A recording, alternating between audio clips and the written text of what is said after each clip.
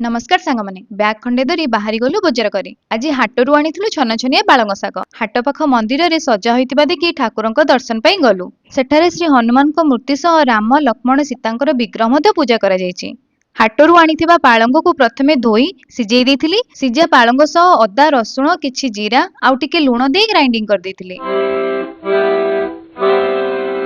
अटारे टिके लूण देई सेथिरे ग्राइंडेड पालंग पेस्ट को मिसेई भल भाबरे दळी देइथिली। किछि समय छाडी सेथिरु अटा को नेई रुटी बेली देइथिली। एहा देह पई बहुत हेल्दी कारण एथिरे विटामिन सह आयरन मैग्नीशियम कैल्शियम भली मिनरल आउ हाई फाइबर कंटेंट रहिथाय। तावा गरम करी पालंग रुटी को सेकी देइथिली। सेथिरे टिके घर तियारी गुआ घिया देई रुटीरु परोटा बने देइथिली। सबुज परोटा को फूलकोबी भजा सह मिश्र बाबू को खाइबा को दे देइथिली। निया पालंग रोटी।